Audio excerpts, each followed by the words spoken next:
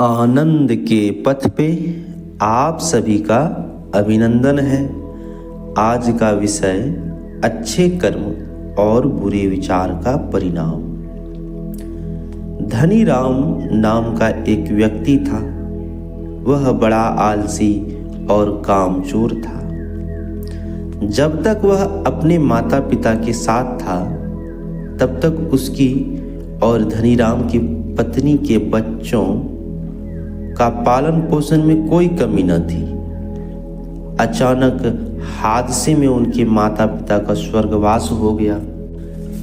अब धनी राम की हालत गंभीर हो गई। वह कामचोर तो था ही, काम नहीं करता, वह लोगों को ठगना शुरू किया। उसने पहले जान पहचान वालों से उधार लेना शुरू कर दिया।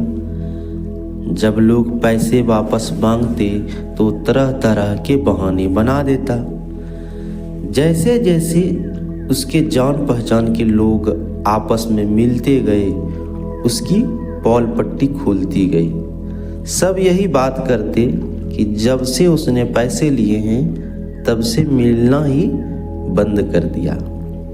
जब जान पहचान के लोग ने पैसे देने बंद कर दिए तो वह अपने रिश्तेदारों से उधार के नाम पर पैसे ऐंठने लगा। पहले सगे रिश्तेदार से पैसे लेने शुरू किए, इसके बाद दूर के रिश्तेदारों से पैसा मांगना शुरू कर दिया। एक दिन वह एक साधु प्रवृत्ति के व्यक्ति के पास गया। उसने बैठाकर पानी पिलाया, फिर उससे पूछा, तुम धनी राम ही हो ना? उसने हाँ में सिर हिलाया। फिर पूछा, कहो कैसे आना हुआ इतने वर्षों में? सब ठीक ठाक तो है, धनी राम ने उत्तर देते हुए कहा। सब ठीक तो है, लेकिन काम नहीं मिल पा रहा है। घर में तंगी आ गई है। यदि कुछ रुपये उधार दे दें तो हालत संभल जाएगी। वह व्यक्ति बात करते हुए उठा और सामने ओले में 50 रुपये रख आया। जब धनी राम चलने के लिए खड़ा हुआ तो उस व्यक्ति ने ओले की ओर इशारा करते हुए कहा, सामने ओले में 50 रुपये रखे हुए, ले जाओ, जब हो जाए इसी में रख आना। उसने ओले में से रुपये उठाए और चला गया। इसी प्रकार ठगी से वह अपना नैया फिर खेता। तब क्या, अब उनके घर गांव वाले पहुंचने लगे।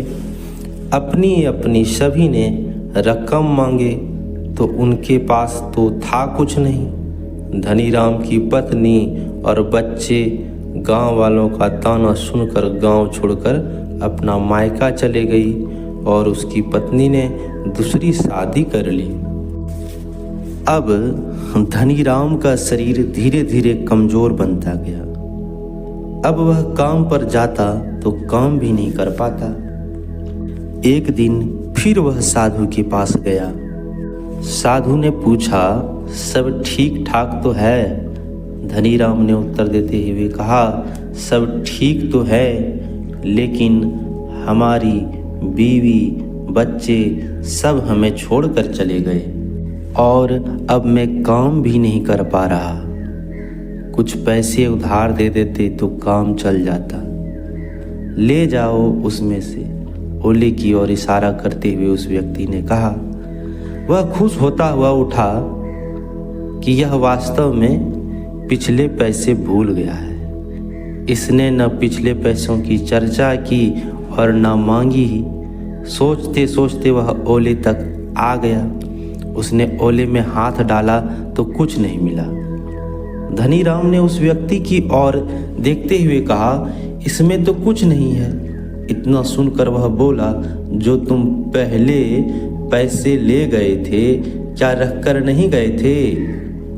उसके मुंह से कोई उत्तर नहीं निकला। उसने ना में सिर हिलाते हुए उत्तर दिया। उस साधु प्रवृत्ति वाले व्यक्ति ने सहज रूप से कहा, तब फिर कहाँ से मिलेगी? जब रखोगे तभी तो उठाओगे।